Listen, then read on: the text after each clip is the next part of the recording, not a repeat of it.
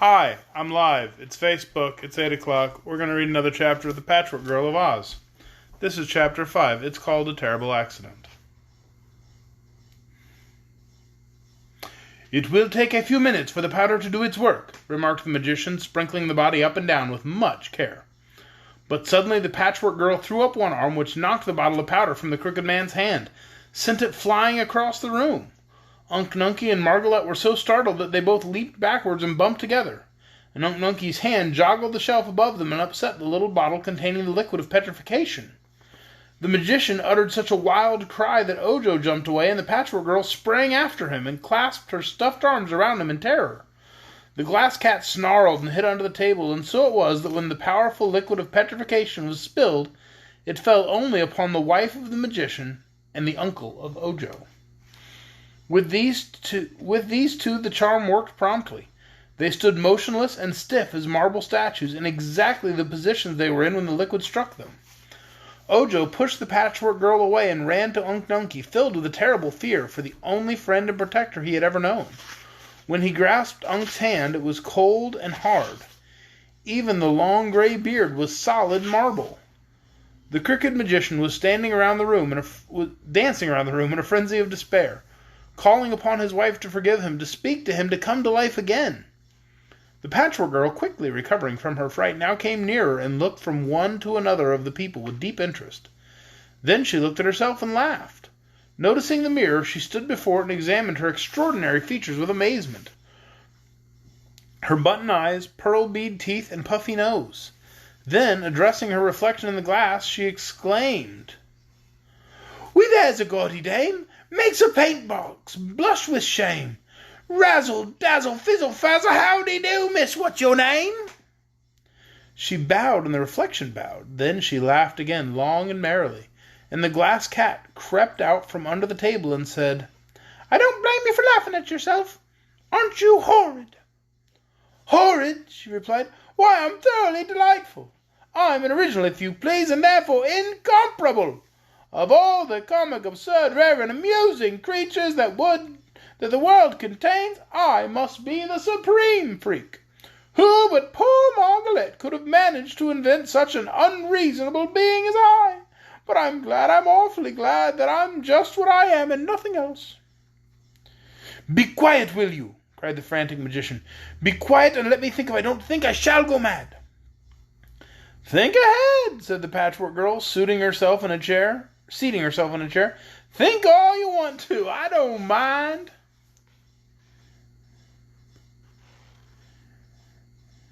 What? "Gee, but I'm tired playing that tune," called the phonograph, speaking through its horn in a brazen, scratchy voice. "If you don't mind, Pipped, old boy, I'll cut it out and take a rest." The magician looked gloomily at the music machine. "What dreadful luck!" he wailed despondently. "The powder of life must have fallen on the phonograph." He went up to it and found that the gold bottle that contained the precious powder had dropped upon the stand and scattered its life-giving grains over the machine. The phonograph was very much alive and began dancing a jig with the legs of the table to which it was attached, and this dance so annoyed Dr. Pip that he kicked the thing into a corner and pushed a bench against it to hold it quiet. "You were bad enough before," said the magician resentfully, "but a live phonograph is enough to drive every sane person in the land of Oz stark crazy." "No insults, please," answered the phonograph in a surly tone. "You did it, my dear boy. Don't blame me." "You bumbled everything, Dr. Pipt," added the glass cat contemptuously. "Except me," said the Patchwork Girl, jumping into a whirl merrily around the room.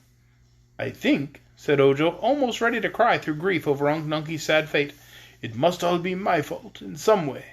I'm called Ojo the Unlucky, you know." "That's nonsense, Kitty," retorted the Patchwork Girl cheerfully. "No one can be unlucky who has the intelligence to direct his own actions. The unlucky ones are those who beg for a chance to think, like poor Dr. Pipt here. What's the row about anyway, Mr. Magic Maker?" "The liquid of petrification has accidentally fallen upon my dear wife and Unc Nunkie and turned them into marble," he sadly replied. "Well, why don't you sprinkle some of that powder on them and bring them to life again?" asked the Patchwork Girl. The magician gave a jump. Why, I hadn't thought of that, he joyfully cried, and grabbed up the golden bottle, with which he ran to Margolette. Said the Patchwork Girl, whose voice I'm trying to get back into, because it's a weird one. Hold on one second. There's it. Higgledy-piggledy-dee, what fools magicians be! His head's so thick he can't think quick, so he takes advice from me. Standing upon the bench, for he was so crooked he could not reach the top of his wife's head any other way, Dr. Pipt began shaking the bottle, but not a grain of powder came out. He pulled off the cover, glanced within, and then threw the bottle from him with a wail of despair. "Gone, gone, every bit gone," he cried. "Wasted on that miserable phonograph when it might have saved my dear wife." Then the magician bowed his head on his crooked arms and began to cry. Ojo was sorry for him. He went up to the sorrowful man and said softly, "You can make more powder of life, Dr. Pipt." "Yes, but it will take me 6 years. 6 long, weary years of stirring 4 kettles with both feet and both hands," was the agonized reply. 6 years while poor Margolette stands watching me as a marble image. "Well, can't anything else be done?" asked the Patchwork Girl. The magician shook his head. Then he seemed to remember something and looked up. "There is one other compound that would destroy the magic spell of the liquid of petrification and restore my wife and Unk Nunky to life," said he. "It may be hard to find the things I need to make this magic compound, but if they were found, I could do it in an instant what will otherwise take 6 long, weary years of stirring kettles with both hands and both feet." "Well, all right, let's find the things then," suggested the Patchwork Girl. "That seems a lot more sensible than those stirring times with the kettles." "That's the idea, Scraps," said the Glass Cat approvingly. "I'm glad to find you have decent brains. Mine are exceptionally good. You can see 'em work. They're pink." "Scraps?" repeated the girl. "Did you call me Scraps? Is that my name?" I believe my poor wife had intended to name you Angeline," said the magician. "But I like Scraps best," she replied with a laugh. "Fits me better, for my patchwork is all scraps and nothing else. Thank you for naming me, Miss Cat. Have you any name of your own?" "I have a foolish name that Margolette once gave me, but which is quite undignified for one of my importance," answered the cat. "She called me Bungle." "Yes," sighed the magician, "you were a sad bungle, taken all in all. I was wrong to make you as I did, for a more useless, conceited, and brittle thing never before existed." "Not as brittle as you think," retorted the cat. "I've been alive a good many years, for Dr. Pip experimented on me with the first magic powder of life he ever made, and so far I've never broken or cracked or chipped any part of me." That was a funny missaying, huh? Broken or cracked any part of me. I'm sorry, I'm laughing right now at myself. "You seem to have a chip on your shoulder," laughed the Patchwork Girl, and the cat went to the mirror to see. "Tell me," pleaded Ojo, speaking to the crooked magician, "what must we find to make the compound that will save Unk Nunky?" "First," was the reply, "I must have a 6-leaved clover. That can only be found in the green country around the Emerald City, and 6-leaved clovers are very scarce, even there." "I'll find it for you," promised Ojo. "The next thing," continued the magician, "is the left wing of a yellow butterfly. That color can only be found in the yellow country of the Winkies, west of the Emerald City." "I'll find it," declared Ojo. "Is that all?" "Oh, no. I'll get my book of recipes and see what comes next."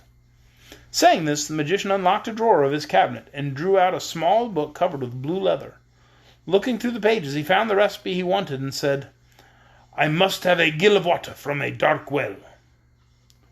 "Well, what kind of well is that, sir?" asked the boy. "One where the light of day never penetrates. The water must be put in a gold bottle and brought to me without any light ever reaching it." "I'll get the water from a dark well," said Ojo. "Then I must have 3 hairs from the tip of a woozy's tail, and a drop of oil from a live man's body." Ojo looked grave at this. "What is a woozy, please?" he inquired. "Some sort of animal. I've never seen one, so I can't describe it," replied the magician. "If I can find a woozy, I'll get the hairs from its tail," said Ojo. "But is there ever any oil in a man's body?"